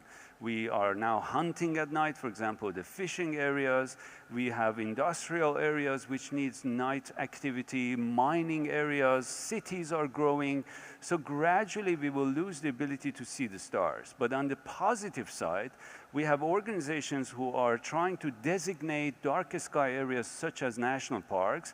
You can also protect a dark sky site, like you're protecting a mountain, a lake. We have more than 250 of these dark sky designated sites right now by an organization called Dark Sky International. The website is darksky.org. And I contribute to them as well. My imagery is trying to reconnect general public with this unknown or forgotten value of natural night environment that we need as human beings to be connected to the sky, because I believe the night sky gives a meaning to life on this planet. And I will explain you why. Gives a purpose of why humanity is on Earth. Meaning of life, because you look at the sky, it's a vast ocean of the universe.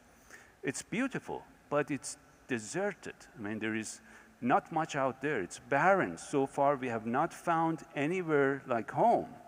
People are trying to go to Mars to explore other planets, but look at home.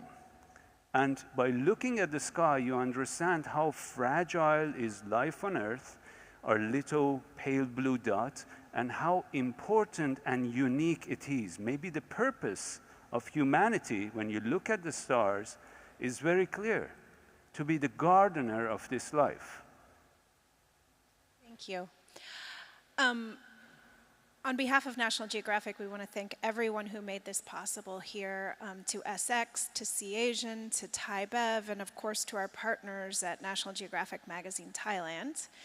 And our mission to illuminate and protect the wonder of the world syncs up so nicely with the sufficiency for sustainability mantra. And so we're really excited about this event and many more to come. With that, I've heard that we have a video that was missing before ready to go, and I just want to set it up by saying I think it actually ties it all together perfectly. Babak, you were talking about the vast emptiness of space and about how we think about exploring there. Well, we have the vast ocean here, right, that is not empty, that is full of life. And as the first panel talked about, water is life. So we're starting now, so we're done.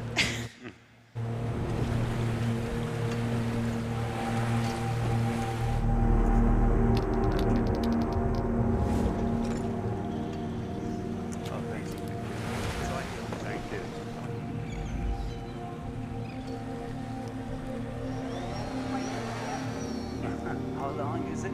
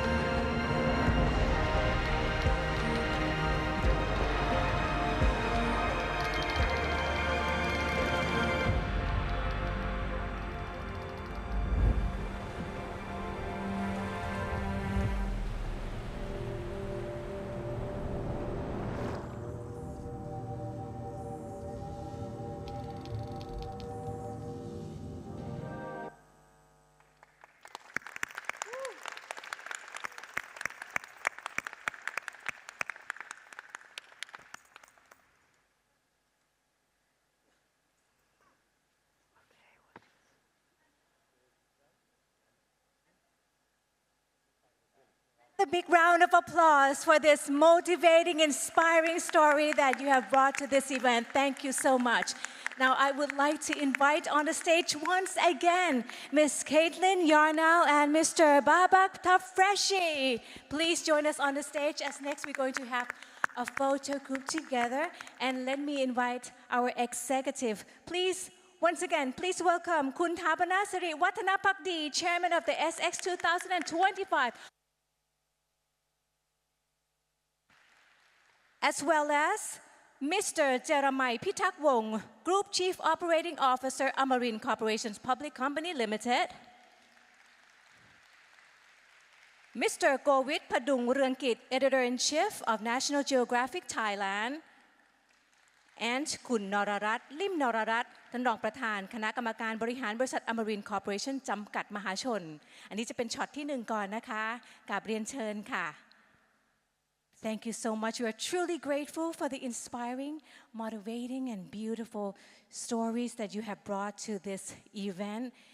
What you have shared with us was amazing, and I'd like to invite all of you to join us in buying the Follow the Water Explorers Journal, photographic documentary book that you take on a journey to explore the stories of water.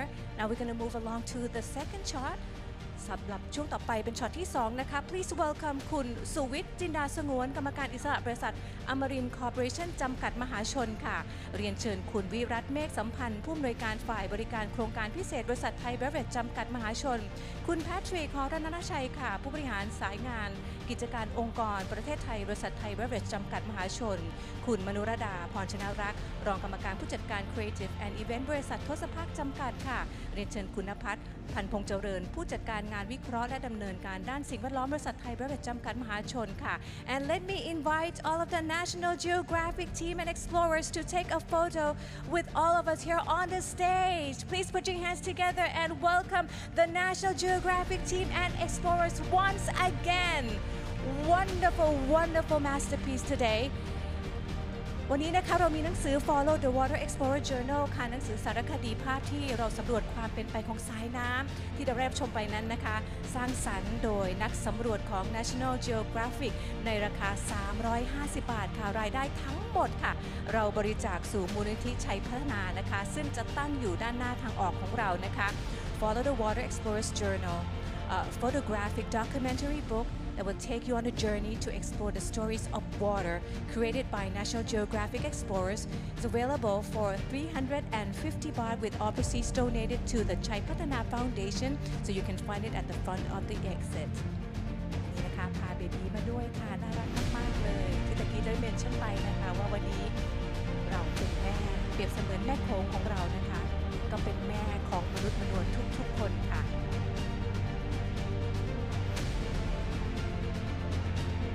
เชื่อว่าวันนี้นะคะเรียบร้อยแล้วขอเสียงปรบมือดังๆอีกสักครั้งหนึ่งนะคะ Thank you so much for joining us today and we hope you find this session informative and inspiring as well เชื่อว่า Talk Session จาก National Geographic ในวันนี้นะคะจะเป็นอีกหนึ่งเรื่องราวประสบการณ์ที่น่าประทับใจค่ะในเรื่องของการใช้ storytelling มาเชื่อมโยงผู้คนธรรมชาติและสิ่งแวดล้อมเข้าด้วยกันนะคะชวนให้เราได้คิดถึงการปรับตัวแล้วก็ร่วมมือเช่นเดียวกับธีมของเรา adaptation and collaboration นะคะของงานในปีนี้ที่ส่งเสริมการดำเนินชีวิตที่ยั่งยืนค่ะให้ทั้งเราแล้วก็ธรรมชาติสามารถปรับตัวและอยู่รอดได้ในสภาวะที่เปลี่ยนแปลงไปอย่างรวดเร็วนะคะสำหรับการเสวนาในห้องนี้ก็ได้เสร็จสิ้นแล้วนะคะต่อจากนี้เราจะเรียนเชิญท่านแขกผู้มีเกียรติทุกท่านค่ะได้ไปรับชมงานมหกรรม SX 2025 ค่ะที่จัดขึ้นอย่างยิ่งใหญ่ค่ะโดยทำการรวบรวมนวัตกรรมที่ช่วยสร้างสรรค์ความยั่งยืนจากหลากหลายหน่วยงานนะคะโดยวันนี้เราจะจัดกันเป็นวันสุดท้ายแล้วนะคะฉะนั้นใครขอเรียนเชิญท่านแขกผู้มีเกียรติทุกท่านนะคะได้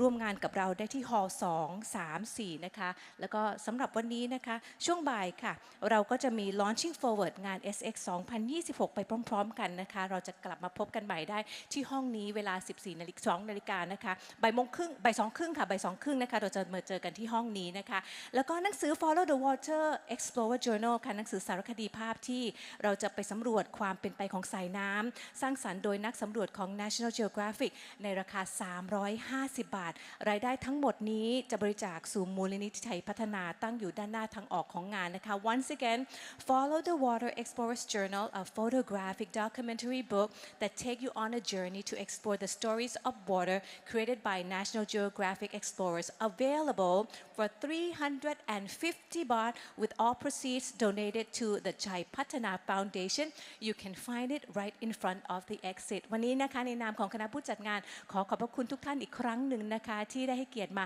ร่วมงานกับของเรานะคะ National Geographic นะคะก็หวังเป็นอย่างยิ่งว่าวันนี้จะได้พบเรื่องราวที่สร้างแรงบันดาลใจให้กับทุกท่านและเดี๋ยวเราจะกลับมาพบกันนะคะในช่วงบ่าย 2:30 ที่นี่ค่ะสวัสดีค่ะ